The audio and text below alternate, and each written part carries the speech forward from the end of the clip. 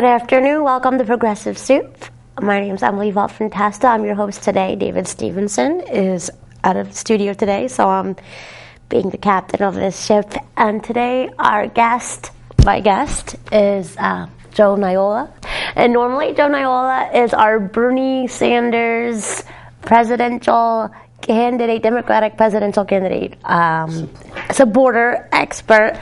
But today he brought a little special guest, Chance, another one of Joe's passions, or is his dog here. Chance, come on. Well, Emily, tell us about Chance. First of all, I'm retired now. Oh, okay. I'm retired.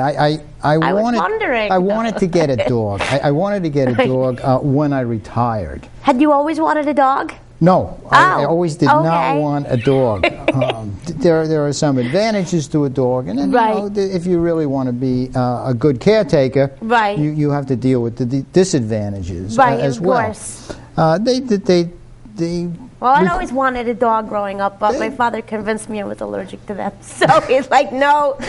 Okay, go on. You're required to put in, a certain amount of time as a caretaker, and I didn't think I was prepared to do it while I was working in the business. But once I retired, I thought I would have one. But it didn't work out that way. I wound up with the dog shortly before I retired. And what was the business by any chance you were in? I had a title business.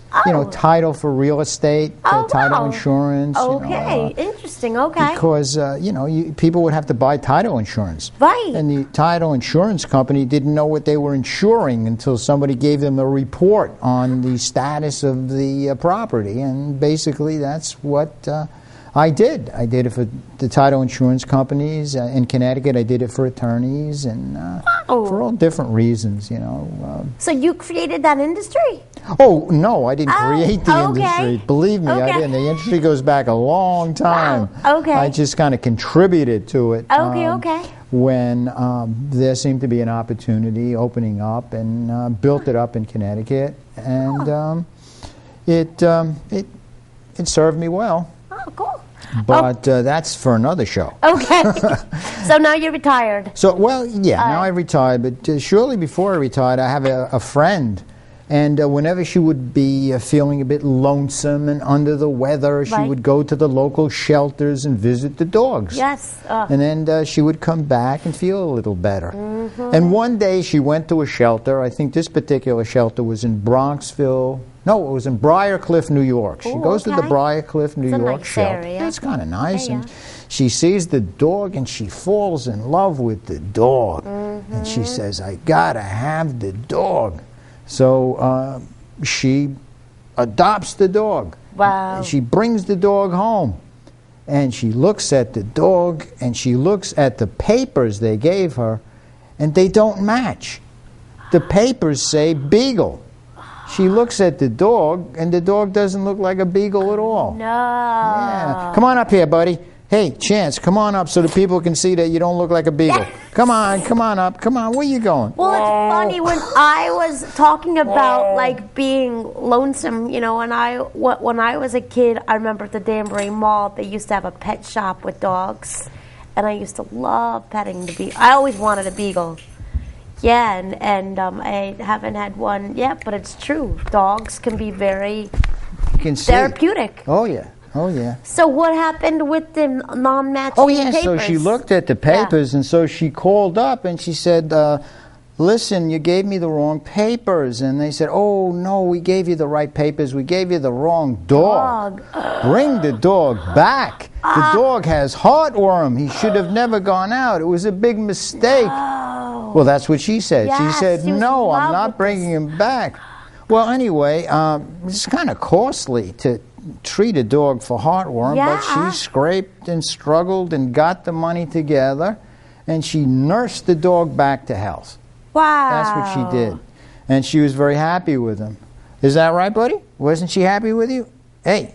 Did she ever get matching papers to go with She got the papers, so now everything was hunky-dory. So what would they have done with the dog if she had switched it? Put it to sleep or something? No, they might have tried to solve the heartworm problem. Okay. But it's conceivable that they may have not followed all the procedures that could be followed to really ensure that the dog would pull through, because they were on a pretty tight budget, and she wasn't sure of what their veterinary procedures were.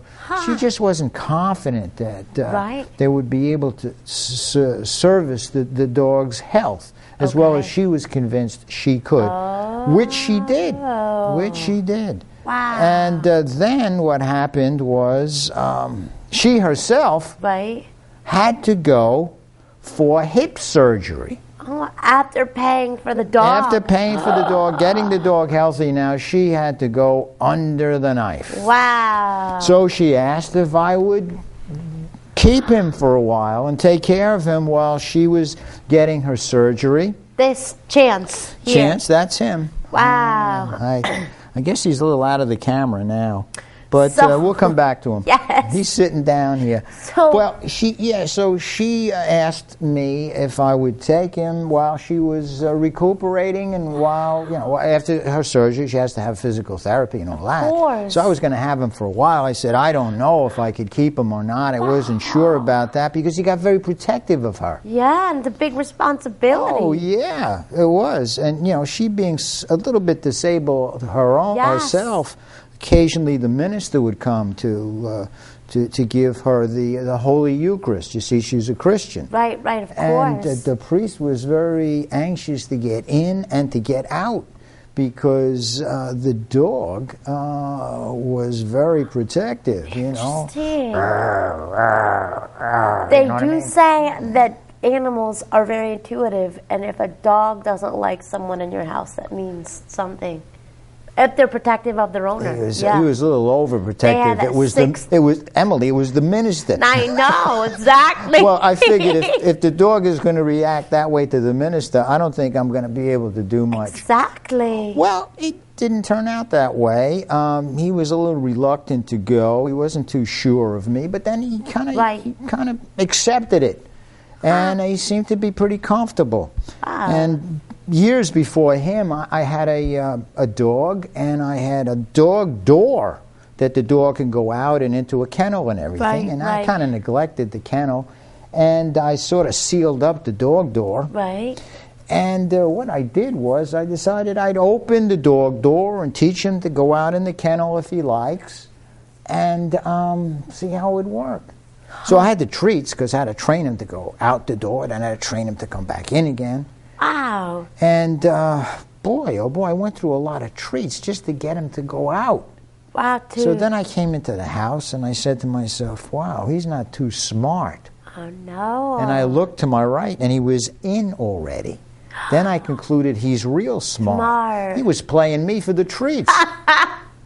Well, that's so funny. Yeah, he was something else. Then I decided, well, I'll take him for a hike, see how that would work. Wow. Well, we're going on a hike and everything is fine, and he seems to be staying with me, and I figured, well, maybe I'll give him a little freedom. So he was off the leash. Oh, my God. And I'm looking, and I see him, and he's about 25 feet ahead of me, and he's turning around and he's looking.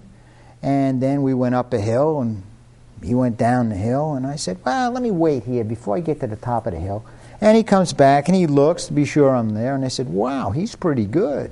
He's paying quite a lot of attention to me. Yeah. And we continued on. There was this huge puddle, big puddle. And I kept saying, oh, no, what is he going to do to my car? What is he going to do when he gets through that puddle? You know what he did?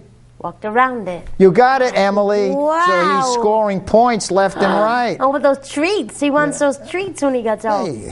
He just didn't, well, he didn't know he was going to get a treat for not going through a puddle. And then there was another woman coming in the other direction with her dog. And I says, we're going to have a problem now. So I called him over. He came. He stayed right with me. The woman said, my, that dog is very well trained. And I said, oh, thank you very much. Yes. Thank you very much. So he seemed to have potential. Yeah. Well, I realized as I got to know him that he used to kind of like to chase a squirrel once in a while. Okay. And it wasn't a good idea letting him do this. Chase a squirrel, okay. Yeah, but he always came back. Right. Squirrel would run up a tree. Right. He'd get tired, he'd come back. So he came back. Well, one day we were walking through a preserve, and geez, I should have had him on the leash, but I figured he want to chase the squirrel when he comes back. We'll be leaving. Anyway, well, I figured I'd walk a little ahead, and then he'd still find me. Well, I'm calling, Emily, and he's not coming back. And I'm saying to myself, boy, am I in trouble, because his owner is going to be very upset with me for losing her dog. Oh my God. I didn't know what to do. I stayed in that preserve. I saw some young boys in the preserve, and we were talking about coyotes, and then they're talking about, possibly a wolf, and I'm going, oh my God, this doesn't sound good to me at all. But it was getting late. Of course, getting dark. And I left, and I finally got to my car, and guess what? There was Chance. There he was. You're unbelievable, Emily. You know what's going on. Yes. There he was. He was waiting at the car. Wow. He's waiting at the car. So I realized that if I go for a hike with him and he gets tired of hiking, which is, well, which he did. Get tired. Well, I'm getting a little ahead of myself. I'm getting a little ahead of myself. Well, time goes on, time passes, and the woman, well, she had a surgery, and she had her physical therapy. Okay. And now it's time for her to claim her dog, right? Exactly. So, you find this story interesting? It's like a movie. Is it? Like Hachi, that movie with great story. Yeah, like where the guy dies and the dog goes back to meet him at the train. Like the loyalty of dogs. I know, but that one's a tearjerker. Oh, it is. A real tearjerker. Yes, it is. But based on a true story. It is. Yeah. This one is not a tearjerker yet. Anyway. So what happens? What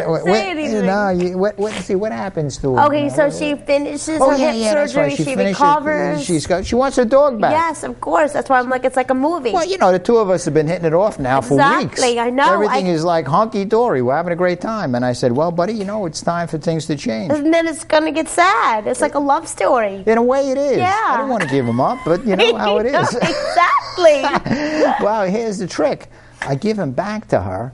And you have to, I didn't tell you, when I first got him, he was 33 pounds. When she first gave him to me, he was 33 pounds. And that's while he was hanging, while he was hanging out with me, he turned into 43 pounds. Oh. Whoa, 43 pounds. So she was excited. She had him. She brought him to the ball field. She wanted to see her children play ball. He goes to the ball field. He figures, hey, it's time to run around chasing squirrels. He gave her a bit of a tug. Pulled on the leash a little bit. Oh. Not good. Oh, hip surgery. Yeah. Doctor said, oh, no, you can't have him. She said, oh, can I? No, you can't have him. He's just too much for you. He says, yeah, I'm too much. So she called, she asked if I would take him back. I said, well, I don't know. Let me think emotionally? about it. I was just playing. Oh, okay. So it was like, yes and no. Like, well, of course I wanted him back. I liked him. I had attached to him. He was happy to see me. Yes. Well, I knew that she was fond of him, so occasionally I'd say, well, would you like to spend some time with him? I can drop him off. Yeah. And I would drop him off, and he would play with her for a while, and then he would just sit at the door waiting for me to pick him up. Aww. But she still liked him. Another time she said, well, could you bring him over? And I brought him over. But I got a phone call from her because apparently it sort of affected her asthma. So after that, right? Yeah, he didn't visit with her too much, and it was okay with me. It was okay with him. And in the meantime, I took him on a hike one time. This is after another hike. Another hike, yeah. Oh, this other hike was unbelievable. It was one of those hikes where you sort of walk in, and then you're like climbing a mountain. Yes. Yeah, and then after a while, you're grabbing rocks with your hands, and you're climbing with your feet. I mean, you're literally climbing up the mountain. Yeah. And he's with me. Wow. And all of a sudden, I see him to the top of the mountain. Then I see him. He decides to see how I'm doing. He wants to come back and see. And he's coming down a mountain. I'm going, oh my God, if he slips on that rock. And I remember one time he jumps down on the rock and he skids a bit. And I can see that the nails, and his paws left a little white trail right on the rock. I'm saying, my God, this guy's too much. Oh my God. Well, what he showed to me was what I thought was some real propensity for agility. So I figured, I'll sign him up for an agility course. That would be fun. I didn't even think of dogs being agile. Yeah, so his first day in the agility class is a story. Tell the story. Well, I get him into the class, and with these agility classes, the different dogs are in like different compartments that are sort of separated by little gates. So we're in our compartment, and if you look at the dogs, are all focused to the center where all the activity takes place. But I looked at him, and he's facing the wall. That was an indication that he was not very interested in what was going on. Okay. Apparently, he wasn't sure what this is going to turn into. Right. He sees a lot of people. He sees a lot of dogs. I think what's going through his head is that he may be separated from his provider, because in the past, he was separated from his provider. He came up from Mississippi. Shortly around the time of Katrina. Okay, 2005. It's been about 11 years. So he's not a young dog. Wow. Was he kind of abandoned? I know a lot of animals were. Well, when that hurricane hit, people were separated from the pets. Some people didn't make it through the hurricane. Some, and he probably had to fend for himself for a while. Yeah. But people from up here went down to get these dogs because there are kill kennels down there. And kill kennels? Kill kennels. Wow. Yeah, you can keep a dog in for so long, and if the dog get adopted, the dog is euthanized. Well, people from up here, they didn't think that was a good idea. So they went down and got some of these dogs, they brought them up here, and that's how it probably wound up in Briarcliff. Wow. And, that story was confirmed to me one day when I ran into some people, and I mentioned it, and they said, yeah, you're absolutely right. Because this particular woman I was talking to had known some of the vets that were involved in the whole process. Well, that's a little background. Where did I leave off on the story now? Well, you were saying the agility class, and he'd been separated. Was he depressed or he was bored?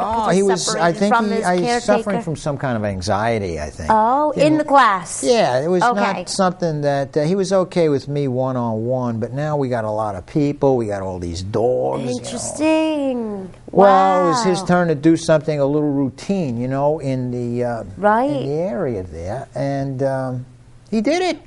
I asked him to do it, whatever it was, he did it, and then there was an applause.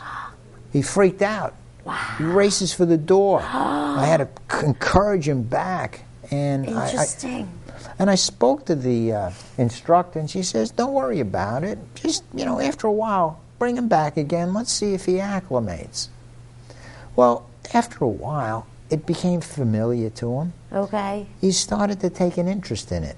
Wow. He started looking at the other dogs. He started looking at the other handlers and caretakers. Right.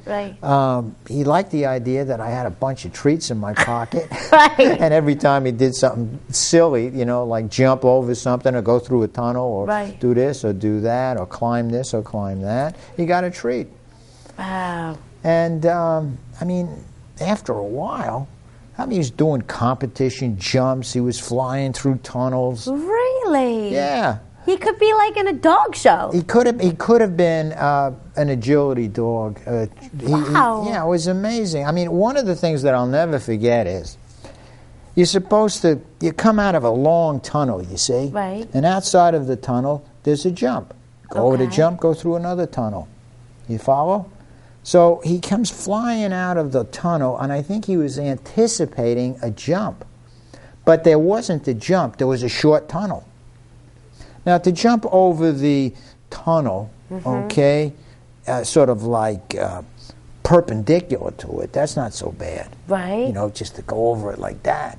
But the tunnel was like this, and he winds up leaping over the tunnel, then going through the other tunnel. Everybody was just floored. So then the instructor was really curious. So they worked him up to a competition jump. Then they worked him up to what they call a double jump. Wow, he's like the evil Knievel of dogs. Yeah, it was fascinating to watch this. So you had with this double, it was here and here, which meant that not only did he had to go over this, he had to kind of go over both of them. So he did the double jump, and everybody's getting even more. So we figured, try a triple jump. Now there wasn't too many of the dogs in the class that could handle a triple jump. It's like the Olympics. Yeah. So one dog was about to try it, and he vomited. So he figured, no, it's too much. I mean, after the double jump, that was too much. Another dog did it, but his paw got caught on one of the... so then the instructor said, gee, maybe we shouldn't do the triple jump. I mean, so-and-so got his paw, he got over, he's okay, but we shouldn't risk... Yeah, this guy threw up. Let's not risk getting him. And I looked at him and I said, yeah, it's not worth it. Let's not even risk it. Well, anyway, we're watching him, and he did the double jump, but the clearance was so good that if it were a triple jump, he would have managed it. Did you ever try the triple jump? No. Oh, okay. Didn't have to. Okay. Because he cleared. He cleared the double jump with so much clearance that it was obvious they could have done the triple jump. And I didn't want to say, don't worry about the other dogs, because I'm looking out for his safety. It's not so important for him to do all this stuff. He liked it. I liked it. I found it relaxing. But, all things must pass. Oh, the agility class was relaxing. Yeah, it was nice. But they also offered another class. They offered something called pet therapy. Okay. Pet therapy class. Well, it's so good that you're you're not like a stage parent, like pushing the kid or the dog. No. You're like, you know what, we did it, let it go, let's move on to something else. All that stuff that he picked up in the agility class came in handy later on. I'll tell you how. Okay, go on. So I signed him up for the pet therapy class. Yes. And the pet therapy class is, I have to take like a written test. Okay. Oh my God, the show's flying by. Here, Roberto, 5 minutes, and we're talking about the dog, and we haven't even finished the dog story, and now we got to talk about Bernie Sanders. That's the next show. Oh my God, the next show. So we're gonna have to wrap this thing up sooner or later. I know you're interested in what happens. I guess we can pick it up, chapter 2 on the dog story.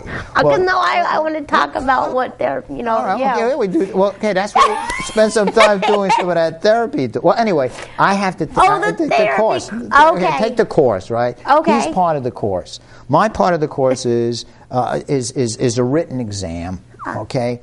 And his part of the course is maneuvering comfortably in environments that contain wheelchairs and walkers and crutches. He can't be freaking out over that. Right. He has to be able to handle what they call rough petting. Like, if half a dozen people decide, to pet the dog. Right, exactly. Like they don't freak out. Right. I would.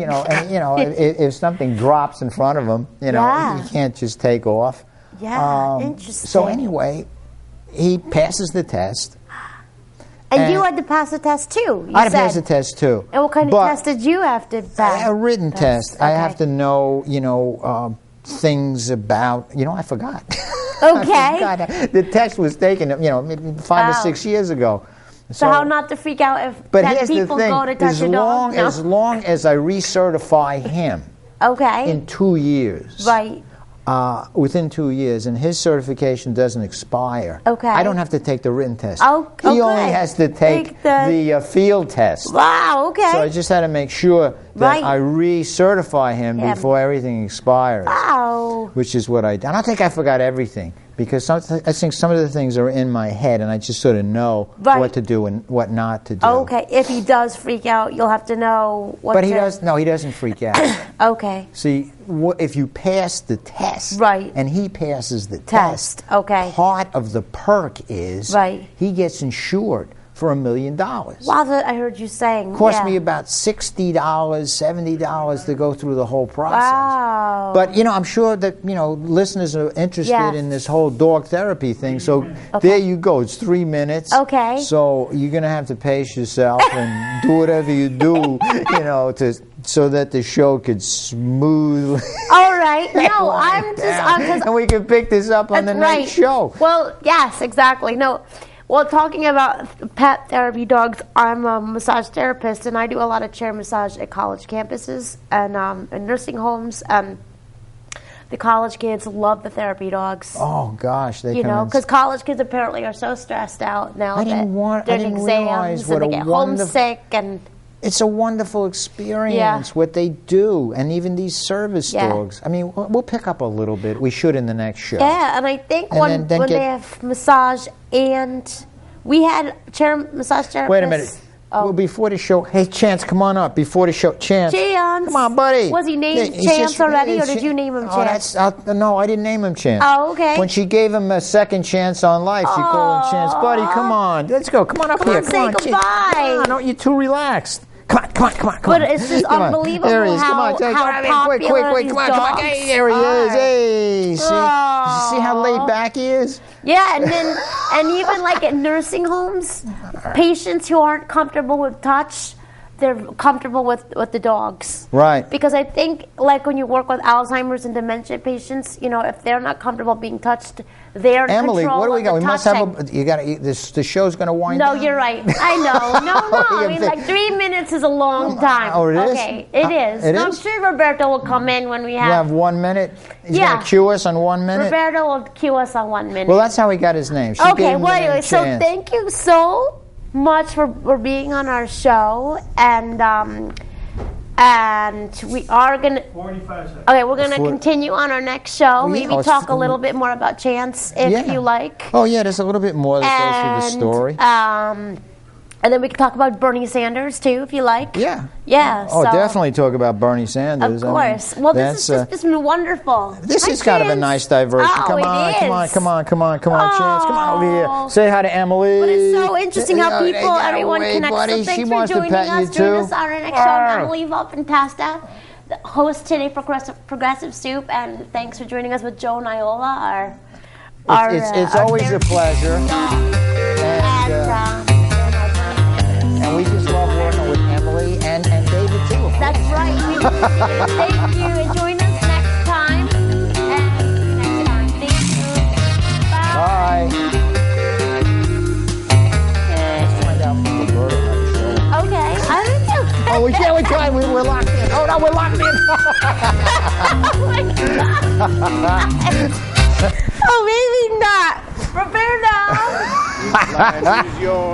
That's so typical, I know. How did the show go? From California to the New York Island, from the Redwood Forest. How did the show go before I ripped the set down?